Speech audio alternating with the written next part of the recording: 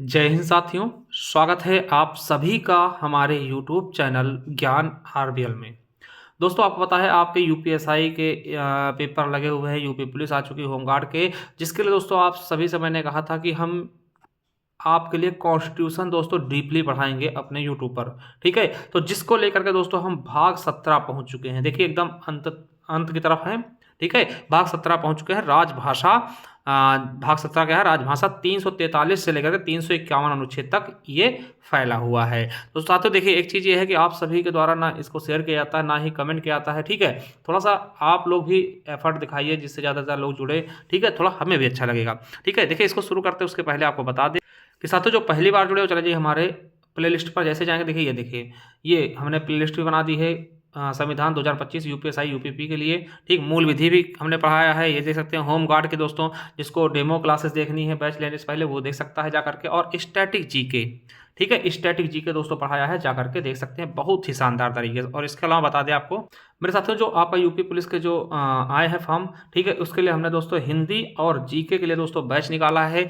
तो इस बैच में आपको दोस्तों पूरे हिंदी और जीके पढ़ाया जाएगा। ठीक है, जीके में क्या क्या, तो जीके में दोस्तों पूरा पूरा ये स्टैटिक जीके पढ़ाया जाएगा। ठीक, आप देख सकते हैं ये आपके 99 रुपीज़ में। अगर इसकी केवल पीडीएफ चाहते हैं कमेंट तो 99 रुपये मिल जाएगा। बाकी दोस्तों आपको बैच में ये पूरे पूरे टॉपिक पढ़ाए जाएंगे। और इनका पीडीएफ दोस्तों बैच में जो है वो कंबाइंड पीडीएफ नहीं मिलेगा दोस्तों, टॉपिक वाइज पीडीएफ मिलेगा। ठीक, इसके अलावा करंट अफेयर पढ़ाया जाएगा। इसमें संविधान, भूगोल, इतिहास, अर्थव्यवस्था, उत्तर प्रदेश स्पेशल विज्ञान और होमगार्ड के भी जो स्पेशल टॉपिक वो भी इसमें डाले जाएंगे। ठीक है, ये देखिए ये रिकॉर्डेड बैच है दोस्तों। इसमें अभी जो होमगार्ड के लिए पढ़ाया दोस्तों वो वाला रिकॉर्डेड मिलेगा जीएस। और हिंदी दोस्तों आपको जूनियर असिस्टेंट वाला दोस्तों हिंदी और जीके का ये रिकॉर्डेड बैच है। अगर दोस्तों ये 299 रुपये में आपको मिल जाएगा। अभी भी कुछ छूट चल रही होगी दोस्तों, अगर जिसको चाहिए वो जा करके हमारे ज्ञान आरबीएल ऐप डाउनलोड कर दोस्तों वहां से ले सकता है। कैसे लेगा?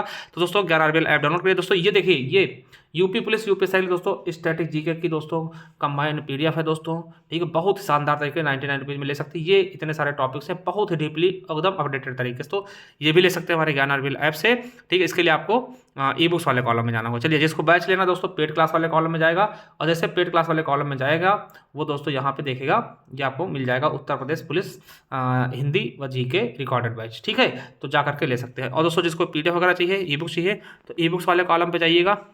और जैसे ई बुक्स वाले कॉलम पे जाएंगे दोस्तों देखिए ये Uttar Pradesh home guard special topics के दोस्तों पीडीएफ है। इतने सारे टॉपिक्स हैं, आप देख सकते हैं। इन्हें आप बाहर निकलवा के प्रिंट भी करवा सकते हैं हर एक पीडीएफ को। इसके अलावा यूपीएसआई के मूल विधि की पीडीएफ है, करंट अफेयर दोस्तों 2025 का, जनहित याचिका, कंप्यूटर की ई बुक है दोस्तों आपके लेखपाल और जूनियर असिस्टेंट के लिए, यूपी 666 सभी एग्जाम के लिए। इसके अलावा हिंदी हो गई, उत्तर प्रदेश स्पेशल दोस्तों खास करके लेखपाल और जूनियर असिस्टेंट के लिए दोस्तों बहुत ही शानदार तरीके से अपडेटेड ये स्ट्रैटेजी के दोस्तों देख सकते हैं यूपी पुलिस और यूपीएसआई के लिए। ठीक है, ले सकते हैं। इसके अलावा हिस्ट्री हो गया, भूगोल हो गया दोस्तों, और संविधान जिससे मैं अभी करा रहा हूँ। अगर इसकी पीडीएफ चाहते हैं दोस्तों ये ले सकते हैं 50 रुपये में। इसे बाहर निकलवा के प्रिंट भी करवा सकते हैं यूपीएसआई लेवल के। ठीक है, चलिए शुरू करते हैं वीडियो को।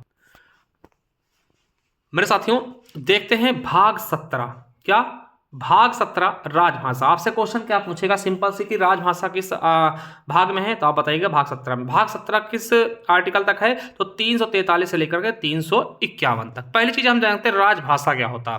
तो राजभाषा का जो शाब्दिक अर्थ होता है तो राजकाज की भाषा, यानी आपके राज्य की क्या भाषा है, उसमें क्या काम चल रहे हैं उसका ऑफिशियल, वो राजभाषा है। जैसे मैं आपको बताना चाहूँ, जैसे जो भाषा देश के राजकीय कार्यों के लिए प्रयुक्त होती है उसे हम राजभाषा कहते हैं। ठीक है, जिसे दोस्तों राजाओं के राजाओं या नवाबों के समय उसको हम दरबारी भाषा कहते हैं, क्योंकि वहां के दरबार में वही चीजें यूज होती थी। ठीक है, आपसे पूछेगा हिंदी क्या है, तो कोई पूछेगा आपसे क्या हिंदी राष्ट्रीय भाषा? बिल्कुल है, राष्ट्रभाषा बिल्कुल है। देखिए हिंदी राष्ट्र या राजकीय राष्ट्रीय भाषा नहीं है दोस्तों, हिंदी है राजभाषा। ठीक है, याद रखिएगा, आपसे क्वेश्चन पूछेगा निम्नलिखित में से हिंदी क्या है, तो हिंदी राजभाषा है, ना कि राष्ट्रीय भाषा, ना ही राष्ट्रभाषा। दोस्तों यूपी पुलिस यूपीएसआई में पूछा भी गया है। ठीक है, कि हिंदी को आप किस कैटेगरी में देखते हैं, तो राजभाषा। क्यों? क्योंकि हमारा देश चलता है संविधान से, और संविधान में हिंदी को राजभाषा का दर्जा दिया गया है। चलिए देखते हैं भाग 17 343 से लेकर के 351। तो देखिए अनुच्छेद 343 क्या कहता है कि संघ की राजभाषा हिंदी व लिपि देवनागरी तथा अंकों का रूप अंतरराष्ट्रीय होगा। यही क्वेश्चन देखिए पेट में पूछा गया है, वीडियो में पूछा गया है, आरआरबी एनटीपीसी में भी पूछा गया है। इसका अर्थ क्या होगा? देखिए साफ साफ कहा गया है कि संघ की राजभाषा क्या होगी? हिंदी होगी। लिपि क्या होगी? देवनागरी। दोस्तों ये जो है हिंदी देवनागरी लिपि में ही लिखी जाती है, इसे हम इंग्लिश लिखते हैं, है ना, रोमन में लिखी जाती है ना, आपके पंजाबी, है ना, गुरुमुखी लिपि में लिखी जाती है, मतलब हर एक चीज की लिपि होती है। तो हिंदी दोस्तों देवनागरी लिपि में लिखी जाती है। और अंकों का रूप क्या होगा? अंतर्राष्ट्रीय। अंतर्राष्ट्रीय मतलब जानते क्या होते हैं? तो दोस्तों ये जो हम पढ़ते हैं 1, ये वाले अंतर्राष्ट्रीय, 2, 3, है ना, 4, ऐसा, तो ये वाले रूप माने जाएंगे। जब ना कि हिंदी वाले दोस्तों आपने पढ़ा होगा 1, है ना, ऐसे लिखते थे हिंदी में, 2, 3 और 4 ऐसे, और 5 दोस्तों ऐसे, है ना, इस तरीके से दोस्तों 6 ऐसे लिखते थे, 7 ऐसे लिखते थे, है ना, 8 ऐसे लिखते थे, 9 ऐसे लिखते थे और 10 ऐसे लिखते थे। दोस्तों ये वाली नहीं मानी जाएगी। क्यों? क्योंकि देखिए ये आपको केवल यहाँ मिलेगी, बाहर अंतर्राष्ट्रीय स्तर पर जाएंगे दोस्तों, वहाँ पे कोई 7 को 6 समझ बैठेगा। ठीक है, तो इसलिए दोस्तों साफ साफ कहा गया है कि हम अंक कौन सा मांग रहे हैं? अंतर्राष्ट्रीय वाला। ठीक, ये क्वेश्चन पूछा गया। आपको बता दें कि संविधान के लागू होने के 15 वर्ष यानी कि 50 से लेकर के 65 तक, 1950 से लेकर के 65 तक अंग्रेजी भाषा का प्रयोग जारी रहेगा। यही क्वेश्चन आपके यूपीएसआई, आरआरबी, एनटीपीसी और यूपी पीसा से पूछा गया। 15 वर्ष के उपरांत भी संघ प्रयोजन विशेष के लिए अंग्रेजी भाषा का प्रयोग कर सकता है, ये भी कहा गया। ये भी आपके यूपीएसआई 2021 में पूछा गया है। तो देखिए यहां से क्वेश्चन पूछे जाते हैं। ठीक है, तो आर्टिकल 343 आपने देखा। अब 344 क्या है, इसके बारे में देखते हैं। तो इसमें दोस्तों बताया गया है, साफ साफ क्या कहा गया है कि राजभाषा के संबंध में आयोग कोई बना सकते हैं और संसद की समिति भी बन सकती है। ठीक है, तो इसके द्वारा बताते हैं आपको 344 के अंतर्गत क्या है।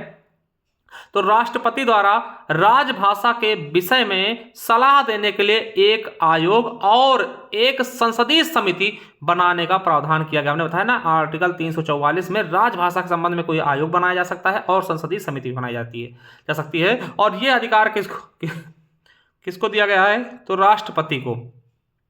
किसको दिया गया है? राष्ट्रपति महोदय को। ठीक है, याद रखेंगे। आपसे पूछा जा सकता है कि राजभाषा के संबंध में आयोग और संसदीय समिति बनाने का अधिकार किसको है? राष्ट्रपति। किस आर्टिकल में है? 344 में। और आपको बता दूं मेरे दोस्तों कि संविधान के लागू होने के 5 वर्ष पश्चात व पुनः 10 वर्ष के पश्चात राष्ट्रपति एक आयोग की स्थापना करेगा जो हिंदी भाषा प्रगामी प्रयोग के संबंध में अंग्रेजी प्रयोग को सीमित करने व अन्य मामलों में सिफारिश करेगा। इसका मतलब समझ रहे हैं आप क्या कह रहे हैं?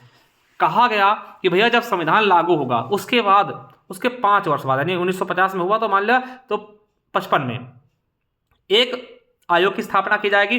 फिर उसके 10 साल यानी 65 में फिर से की जाएगी। और ये जो करी जाएगी, क्योंकि आपसे पहले कहा गया 15 वर्ष तक दोस्तों ये यूज होगा ना, इसमें ये कहा गया है कि भैया हिंदी को थोड़ा प्रगामी प्रयोग के संबंध में बढ़ाया जाए और अंग्रेजी को थोड़ा सीमित किया जाए। ठीक, इसके लिए किया गया था। और आपको बता दूं कि राजभाषा आयोग में एक अध्यक्ष, राजभाषा आयोग में कौन कौन होगा? तो एक अध्यक्ष होगा तथा 8वें सूची में शामिल विभिन्न भाषाओं का प्रतिनिधित्व करने वाले सदस्य भी शामिल होंगे। ठीक है, जो 8वें सूची हमारी 22 भाषाएं हैं, तो विभिन्न भाषाओं का प्रतिनिधि करने वाले सदस्य भी शामिल होंगे और जिनकी नियुक्ति राष्ट्रपति महोदय द्वारा की जाएगी। यानी राजभाषा आयोग में एक अध्यक्ष होगा और 8वीं सूची में शामिल जो 22 है ना, 22 लोग, ठीक है, हर एक भाषा के प्रांगण जानने वाले दोस्तों वो भी होंगे और उनकी नियुक्ति राष्ट्रपति महोदय करेंगे। ठीक है, चलिए यहीं पे दोस्तों आपके लिए बहुत इंपॉर्टेंट क्वेश्चन बनता है, आपसे पूछा जाएगा प्रथम राजभाषा आयोग का गठन कब हुआ था। तो याद रखेंगे कि 1955, मैंने बताया ना कि 5 साल बाद कहा गया, देखिए यहाँ पे 5 साल बाद, ठीक है, 5 साल बाद कब हो जाएगा? 1955। तो 1955 में प्रथम राजभाषा आयोग का गठन राष्ट्रपति महोदय द्वारा, यानी उस समय राष्ट्रपति महोदय कौन थे? डॉक्टर राजेंद्र प्रसाद जी द्वारा किया गया, जिसके अध्यक्ष, ठीक है, जिसका अध्यक्ष बीजी खेर, बाल गंगाधर खेर को, ठीक है, बीजी खेर जी को बनाया गया। इस आयोग ने 1956 में अपनी रिपोर्ट भी राष्ट्रपति जी को सौंपी तथा 1957 में गोविंद वल्लभ पंत की अध्यक्षता में बनी संसदीय समिति ने इस रिपोर्ट की समीक्षा की। हमने बताया ना कि अभी आपने देखा कि इसमें क्या क्या कहा गया, यहां समझिए कि भैया एक राजभाषा आयोग बनेगा, एक संसदीय समिति बनेगी। तो हमने बताया कि भैया 1955 में क्या, 1955 में राजभाषा आयोग बना जिसके अध्यक्ष बीजी खेर थे, और 1957 में कौन? संसदीय समिति बनी, है ना, और इसकी अध्यक्षता किसने की? गोविंद वल्लभ पंत। गोविंद वल्लभ पंत दोस्तों ये उत्तर प्रदेश के पहले मुख्यमंत्री भी थे शायद। ठीक है, चलिए और दोस्तों यार देखिए यूपीएसआई और यूपीपीसीएस में पूछा गया क्वेश्चन है, इसीलिए मैं बता रहा हूं, थोड़ा सा ध्यान से पढ़िएगा, ठीक, कोई चीज आपकी छूट न पाए। और इसके फलस्वरूप, इसके परिणाम स्वरूप संसद ने राजभाषा अधिनियम 1963 को अधिनियमित कर दिया। दोस्तों ये क्वेश्चन भी एसएससी जीडी में पूछा गया, ठीक। और इस अधिनियम के अनुसार हिंदी तो संघ की राजभाषा रहेगी ही। क्या बताया गया इसके अनुसार? देखिए इसमें संशोधन किया गया और कहा गया कि हिंदी तो राजभाषा रहेगी, परंतु इसके साथ अंग्रेजी भाषा को भी संघ के सभी राजकीय कार्यों के लिए प्रयोग की जाएगी, ठीक है। आप पता है कि हिंदी दोस्तों पूरे भारत में लोग नहीं समझते, ठीक है। केवल मुश्किल से दोस्तों 10 राज्य हैं जहां प्रॉपर हिंदी समझी जाती है, बोली जाती है, ठीक है। समझ रहे हैं? इसलिए अंग्रेजी को एक ऐसी भाषा रखा गया जिसको सब लोग समझें, ठीक है। और यहां पे दोस्तों आप नोट करके रखिएगा, वेरी इंपॉर्टेंट है कि संविधान सभा में राजभाषा के प्रश्नों पर बहस 11 से लेकर के 14 सितंबर 1949 तक चला, यानी 5 दिन दोस्तों बहस चला कि राजभाषा किस भाषा को रखा जाए, ठीक है, तक चला। इस दौरान हिंदी को राजभाषा बनाने के पक्ष में अपार जन समर्थन को देखते हुए, देखिए हिंदी को राजभाषा बनाने के लिए अपार जन समर्थन हुआ, उसको देखते हुए संविधान सभा की नियम समिति ने, कौन समिति? संविधान सभा की नियम समिति हमने पढ़ाई थी, ने हिंदी के पक्ष में दोस्तों अपना निर्णय देते हैं ये लोग। तो नियम समिति ने दोस्तों निर्णय दिया कि जो भारत की राजभाषा होगी वो हिंदी होगी, ठीक है। और आपको बता दें कि मुंशी आयंगर फार्मूले के अंतर्गत, क्या, कौन सा फार्मूला? मुंशी आयंगर फार्मूले के अंतर्गत 14 सितंबर 1949 को हिंदी को राजभाषा का संवैधानिक दर्जा प्राप्त हुआ, यानी संवैधानिक रूप से हिंदी को राजभाषा का दर्जा प्रदान किया गया और हिंदी को संघ की राजभाषा के रूप में स्वीकार भी कर लिया गया। इसीलिए क्या, इसीलिए प्रतिवर्ष दोस्तों हम राष्ट्रीय हिंदी दिवस मनाते हैं 14 सितंबर। क्यों? क्योंकि 14 सितंबर 1949 को हिंदी को राजभाषा का दर्जा, संवैधानिक दर्जा दिया गया था, ठीक है। अब एक चीज और आपसे पूछ सकते हैं क्या? कमेंट बॉक्स में कमेंट करिएगा अगर वीडियो आपने देखा है तो। साथ ही ये बताइएगा क्या कि विश्व हिंदी दिवस कब मनाते हैं? विश्व हिंदी दिवस, देखिए ये हिंदी दिवस है तो विश्व हिंदी दिवस, देखिए दोनों में कंफ्यूजन होती है आप सभी को। तो ये हिंदी दिवस है दोस्तों, विश्व हिंदी दिवस कब मनाते हैं ये आप बताइएगा, ठीक है, कमेंट बॉक्स में। चलिए, या फिर नहीं बता देते दोस्तों, इसको सर्च करिएगा और क्यों बनाया था विश्व हिंदी दिवस वो भी याद रखिएगा, ठीक है। चलिए अब दोस्तों हम देखते हैं आर्टिकल 344 का कॉलम 4, ठीक है, मतलब 4 नंबर उपखंड 4। इसमें क्या कहा गया? राजभाषा आयोग की अनुशंसाओं पर विचार करने के लिए, क्या, जो राजभाषा आयोग बनेगा उसकी अनुशंसाओं पर विचार करने के लिए एक संयुक्त संसदीय समिति का गठन किया जाएगा और इस समिति में कुल 30 सदस्य होंगे, जिसमें से 20 लोकसभा से आएंगे और 10 राज्यसभा से आएंगे, ठीक है। इनका चयन लोकसभा सदस्यों तथा राज्यसभा सदस्यों द्वारा एकल हस्तांतरणीय मत द्वारा आनुपातिक प्रतिनिधित्व प्रणाली से किया जाएगा। और आपको बता दें कि वर्ष 1957 में पंडित गोविंद वल्लभ पंत की अध्यक्षता में प्रथम राजभाषा संयुक्त समिति की भी गठन किया गया, ठीक है, याद रखेंगे। किसके अध्यक्षता में? पंडित गोविंद वल्लभ पंत की अध्यक्षता में प्रथम राजभाषा संयुक्त समिति का भी गठन किया गया। चलिए अब 345 क्या कहता है? अनुच्छेद 345 क्या कहता है? राज्य की राजभाषा है राजभाषा। देखिए इसका मतलब क्या हुआ कि एक राज्य की, हर राज्य की अलग अलग राजभाषा हो सकती है और एक राज्य की कई राजभाषाएं हो सकती हैं, ठीक है। यानी एक राजभाषा को कई राज्य अपना सकते हैं और एक राज्य की कई राजभाषाएं हो सकती हैं। ये भी याद रखें, जैसे भारत, उत्तर प्रदेश की क्या है? हिंदी और उर्दू दोनों है, ठीक है। उत्तराखंड की क्या है? हिंदी और संस्कृत दोनों है, ठीक है। ये चीज याद रखें। जैसे उत्तर प्रदेश की क्या है? पहली हिंदी है और दूसरी क्या है? उर्दू है। इस तरीके से, यानी राजभाषाएं मतलब एक से अधिक राजभाषाएं हो सकती हैं। आप बता दें कि प्रत्येक राज्य के विधानमंडल को राजकीय कार्यों के लिए प्रयोग की जाने वाली भाषा चुनने का अधिकार है, ठीक है। मतलब प्रत्येक राज्य अपने यहाँ राजकीय कार्यों के लिए एक भाषा चुन सकती है जिसको राजभाषा कहेंगे, ठीक है। इसी आधार पर भारत के 9 राज्यों उत्तर प्रदेश, उत्तराखंड, मध्य प्रदेश, छत्तीसगढ़, बिहार, झारखंड, राजस्थान, हरियाणा व हिमाचल प्रदेश 9 राज्य व एक केंद्र शासित प्रदेश दिल्ली द्वारा हिंदी को राजभाषा के रूप में स्वीकार किया गया। आपको बता दें उत्तराखंड की द्वितीय राजभाषा संस्कृत दोस्तों एकमात्र, ठीक है, याद रखिएगा, यूपीपीएससी से पूछा गया है। तो 10 राज्यों में दोस्तों हिंदी बोली जाती है, 9 राज्य और एक केंद्र शासित प्रदेश जहां की राजभाषा क्या है? हिंदी है, ठीक है। चलिए अगला है अनुच्छेद 346। इसका क्या कहना है कि एक राज्य और दूसरे राज्यों के बीच किसी राज्य और संघ के बीच पत्रादि की राजभाषा, यानी कि एक राज्य दूसरे राज्य से किस तरीके से बात करेगा, ठीक है, या फिर एक राज्य संघ से कैसे बातचीत करेगा, पत्राचार कैसे करेगा, उसके बारे में बताया गया। देखिए मान ले दोस्तों बंगाल है और यूपी है, ये दोनों आपस में कैसे बात करें? भाई उनको बंगाली आती है और हमको हिंदी आती है, ठीक, ना हमको हिंदी ना, हमको बंगाली आती है ना उनको हिंदी आती है, तो कैसे बात करते? तो इसके लिए दोस्तों अंग्रेजी को एक मीडिएटर टाइप में रखा गया, भैया इंग्लिश में दोनों लोग बात कर लेंगे, क्योंकि इंग्लिश एक तरीके से दोस्तों इंटरनेशनल लैंग्वेज कह सकते हैं, ठीक है। तो इसके बारे में कहा गया है, ज्यादा इंपॉर्टेंट है नहीं। चलिए 347 का कहता है किसी राज्य की जनसंख्या के किसी अनुभाग द्वारा बोली जाने वाली भाषा के संबंध में विशेष उपबंध। दोस्तों किसी अगर जनसंख्या ज्यादा बोले दोस्तों उसके बारे में दिया गया है, ज्यादा इंपॉर्टेंट है नहीं। चलिए 348 का कहता है, ये आपके लिए इंपॉर्टेंट है। उच्चतम न्यायालय उच्च न्यायालयों में और अधिनियमों विधेयकों आदि में प्रयोग की जाने वाली भाषा, यानी उच्चतम न्यायालय उच्च न्यायालय में कौन सी भाषा प्रयोग की जाए उसके बारे में। तो आपको बता दें उच्चतम न्यायालय या तथा उच्च न्यायालयों के सभी कार्रवाइयां दोस्तों अंग्रेजी भाषा में होंगी। ये कहा गया है राजभाषा अधिनियम 1963 के अनुसार संसद द्वारा उच्चतम न्यायालय में हिंदी भाषा के प्रयोग से संबंधित कोई व्यवस्था नहीं की गई, यानी कि ऐसा नहीं कि इसमें साफ साफ कहा गया हिंदी भाषा के प्रयोग से कोई मतलब नहीं है, ठीक है, मतलब हिंदी भाषा के प्रयोग की कोई व्यवस्था नहीं की गई है। इसलिए उच्चतम न्यायालय द्वारा केवल उन्हीं याचिकाओं को सुनवाई के लिए स्वीकार किया जाएगा जो अंग्रेजी भाषा में लिखी होंगी, यानी उच्चतम न्यायालय में अगर आप याचिका दायर कर रहे हैं तो अंग्रेजी भाषा में ही करेंगे, ठीक है, हिंदी में नहीं, ये कहा गया।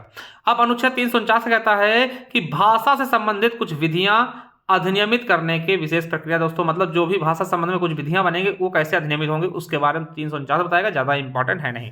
चलिए 350 का कहता है व्यथा निवारण के लिए किसी भी भाषा में आवेदन स्वीकार किया जाएगा। व्यथा मतलब कोई परेशान व्यक्ति है, वो अपनी समस्या सुनाने के लिए दोस्तों किस भाषा में आवेदन करेगा उसके बारे में।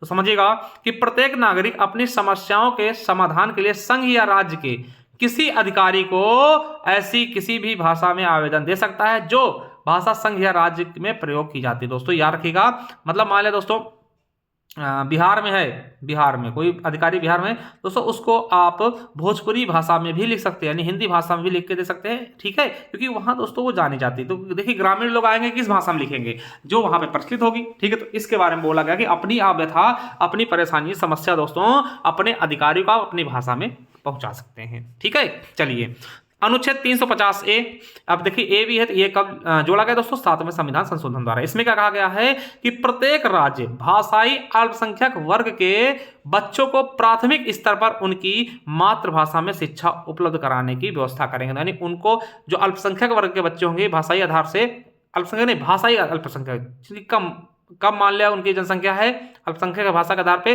तो उन्हीं की भाषा में उनको दोस्तों शिक्षा उपलब्ध कराई जाए, ये 350 ए कहता है, ठीक है, याद रखिएगा। और मेरे दोस्तों 350 बी क्या कहता है कि राष्ट्रपति द्वारा भाषाई अल्पसंख्यक वर्गों के लिए एक आयुक्त नियुक्त किया जाएगा। क्या? एक आयुक्त नियुक्त करने का प्रावधान भी किया गया है, और यह आयुक्त अल्पसंख्यक मामलों के मंत्रालय के अधीन कार्य करेगा, ठीक है, इंपॉर्टेंट है, याद रखिएगा। और मेरे साथियों अंतिम अनुच्छेद है 351, इसमें क्या कहा गया कि हिंदी भाषा के विकास के निर्देश, यानी हिंदी भाषा का विकास कैसे किया जाएगा उसके बारे में आपको बता दें, यूपीएससी में पूछा गया है। संघ का यह कर्तव्य निर्धारित किया गया है कि वह हिंदी भाषा का प्रचार और उसका विकास करे, जिससे हिंदी भाषा की मिली जुली संस्कृति के सभी तत्वों की अभिव्यक्ति का माध्यम बन सके मेरे दोस्तों, ठीक है। चलिए तो ये दोस्तों आपने 351 अनुच्छेद तक देख लिया। चलिए कुछ और चीजें देखते हैं महत्वपूर्ण पॉइंट, जैसे स्थायी राजभाषा आयोग। तो याद रखिएगा कि प्रथम राजभाषा आयोग की सिफारिश एवं संयुक्त संसदीय समिति के प्रतिवेदन के आधार पर 1961 में स्थायी राजभाषा आयोग का गठन किया गया। आपसे पूछेगा स्थायी राजभाषा आयोग का गठन कब किया गया? 1961 में।